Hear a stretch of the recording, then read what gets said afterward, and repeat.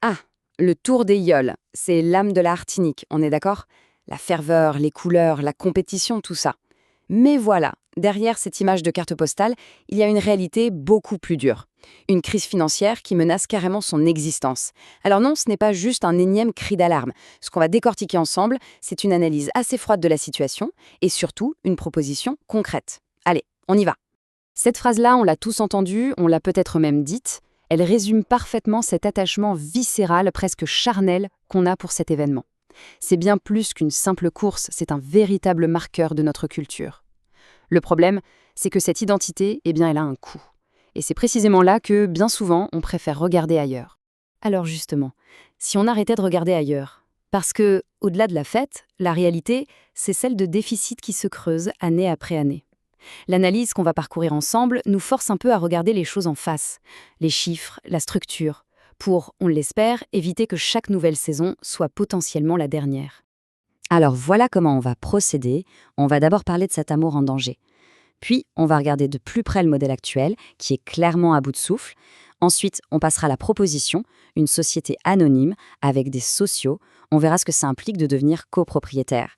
Et enfin, on terminera sur la grande question, quel avenir choisir? Allez, on attaque avec le premier point, cet amour en danger. Parce que c'est bien ça le cœur du problème. Cet amour qu'on a tous pour l'aïeul, il cache une fragilité assez extrême. Imaginez la scène. Sur les plages, c'est la fête, c'est l'effervescence. Mais si on regarde en coulisses, l'ambiance n'est pas la même du tout. C'est une autre histoire. Les dettes s'accumulent et l'organisation se bat littéralement pour sa survie, chaque année. C'est une véritable course contre la montre financière. Cette phrase, elle est tirée de la source qu'on analyse. Et elle est choc, mais elle résume parfaitement la situation. On sauve le tour à la dernière minute, chaque année, mais on ne s'attaque jamais au fond du problème, à la maladie. On ne fait que repousser l'échéance. Et on sait très bien que ce sursis ne pourra pas durer éternellement. Donc alors, c'est quoi cette maladie exactement? D'où vient le problème?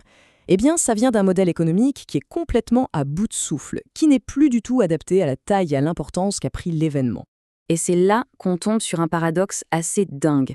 Le Tour, c'est une machine économique incroyable pour la Martinique, mais l'organisation elle-même, celle qui fait que tout ça existe, elle est pauvre. C'est simple, l'argent est généré partout autour, mais il ne rentre quasiment pas dans les caisses de l'organisation. Regardez bien ce déséquilibre, il est flagrant. D'un côté, on a les coûts, la sécurité, la logistique, le nettoyage. Tout ça, c'est la collectivité qui paie, donc c'est de l'argent public. Et de l'autre côté, on a les bénéfices. Les bars, les restaurants, les locations de bateaux. Eux, ils profitent à plein. Pour le dire simplement, les coûts sont pour nous tous, mais les profits, eux, sont privés. Alors pourquoi ça coince? Le vrai problème de fond, c'est qu'on essaye de gérer un événement énorme, quasi professionnel, avec les outils d'une petite association de bénévoles. Et ça ne peut pas marcher.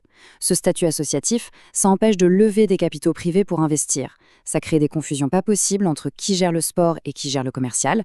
Et puis, ça entretient cette idée que tout doit être gratuit. Une culture qui, aujourd'hui, n'est tout simplement plus tenable. Voilà une autre citation qui fait mal, mais qui tape en plein dans le mille. Un patrimoine identitaire géré comme une fête patronale sous perfusion d'argent public. Ça dit tout, non? On a un véritable trésor entre les mains et on le gère comme une fête de village en le maintenant en vie artificiellement avec notre argent, l'argent public. Et au milieu de tout ce système qui ne tourne pas rond, il y a qui? Les yoleurs. L'auteur de l'analyse utilise un terme très fort, chair à spectacle. Et c'est exactement ça. Ces gars s'entraînent comme des pros, ils prennent des risques, ils créent tout le spectacle, c'est eux qui génèrent la valeur. Et pourtant, ils sont coincés dans des structures amateurs, dans la précarité, sans pouvoir en vivre correctement. Bon, le constat est dur, on est d'accord. Mais ce qui est intéressant, c'est que l'analyse ne s'arrête pas là. Elle ne fait pas que critiquer, elle propose quelque chose de concret. Une solution bien structurée, qui s'inspire de ce qui marche ailleurs, surtout dans le monde du sport pro. Alors, c'est quoi cette proposition? L'idée de base, en fait, elle est assez simple. Il s'agit de séparer clairement les choses, d'arrêter de tout mélanger. D'un côté, on crée une vraie structure professionnelle pour gérer le business, l'argent, et de l'autre, on laisse la fédération faire ce qu'elle sait faire de mieux, s'occuper du sport et uniquement du sport. Concrètement, ça se passerait en 3 temps. Première étape, on crée une société anonyme, une vraie entreprise, pour la partie business. Deuxième étape, la fédération, elle, se recentre sur son rôle de gardien du temple, sur les règles sportives. Et troisième étape, très importante, on met en place une gouvernance commune pour être sûr que le business soit toujours au service du sport, et jamais l'inverse. Ce tableau résume bien la nouvelle répartition des rôles. Vous voyez, la SAD Tour des Yoles, elle gère le business, les finances, les médias, les sponsors, avec une obligation de transparence. Et la fédération, elle, s'occupe des règles, des licences, de la formation.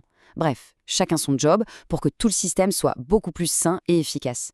Et maintenant, on arrive à la partie peut-être la plus intéressante, la plus innovante de tout le projet. Pour que ça marche, on ne va pas attendre un riche mécène ou encore plus d'argent public.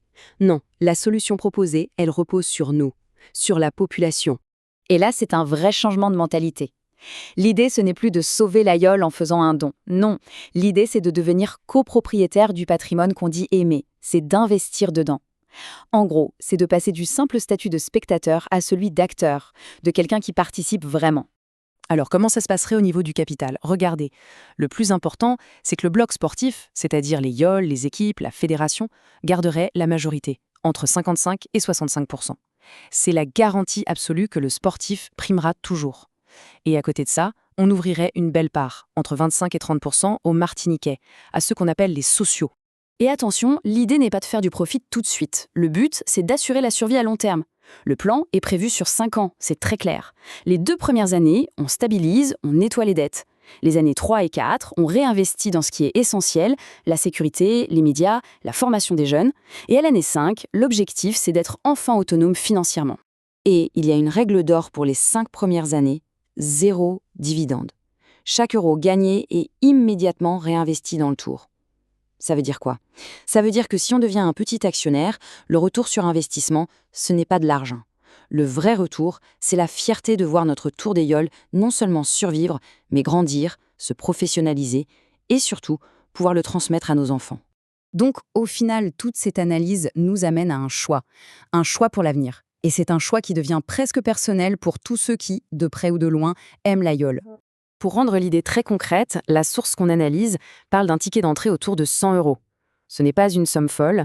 L'idée, c'est que ce soit accessible au plus grand nombre pour que chacun puisse dire « j'ai ma part là-dedans, je suis copropriétaire ». Et on termine avec cette question qui est un peu une provocation, mais qui fait réfléchir.